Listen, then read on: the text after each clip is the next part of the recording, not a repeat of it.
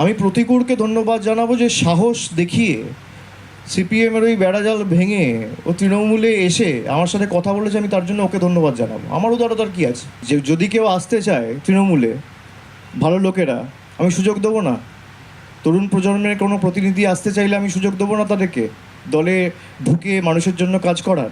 যাদের কোনো স্বার্থ নেই, যারা স্বার্থ সিদ্ধির জন্য রাজনীতিতে আসেনি, তাদের মধ্যে আমি মনে করি প্রতিকূল অন্যতম। এবং আমি খুব খুশি হয়েছি ও আজকে এসছে। প্রতিকূলকে বলা হচ্ছে তৃণমূলের সাথে ডিল করেছে। প্রতিকূল আমাকে নিজে এসে বলছে, দাদা দল যদি আমাকে টিকিট দেয়ও আমি টিকিট নেবো না।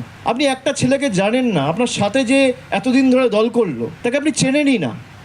আপনি তাকে আগেই ঘোষণা করে দিলেন যে সে বেঈমান, সে গদ্দার। তার কারণ আপনার কাছে সে বশ্যতা স্বীকার করেনি, আপনার হ্যাঁতে হ্যাঁ মেলায়নি, আপনার স্তাবকে পরিণত হয়নি। খুব গায়ে জ্বালা সেলিমবাবুদের। তৃণমূলের সাথে ডিল হয়েছে, সংবাদ মাধ্যমে স্নো পাউডার মেখে ঘুরে বেড়ানো নেতা বলে দিচ্ছে তৃণমূলের সাথে সেটেলমেন্ট হয়ে গেছে। আমি কিছু বলার আগে ও এসে আমাকে বলছে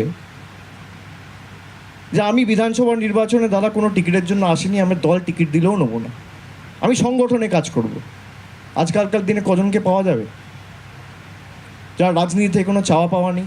এসআইআর নিয়ে সুপ্রিম কোর্ট যে রায় দিয়েছে, কোথাও তো ভাই ইলেকশন কমিশনার সিইওর উপর অনাস্থা রয়েছে, সেই জন্য জুডিশিয়াল অফিসারদের অ্যাপয়েন্ট করার কথা বলা হয়েছে, নাহলে করবে কেন? অন্য জায়গাতেও হচ্ছে। আমরা এই কারণে বলেছিলাম যে এই হঠকারী সিদ্ধান্তের বিরুদ্ধে আমরা। আজকে আপনাকে তো পেছোতেই হচ্ছে।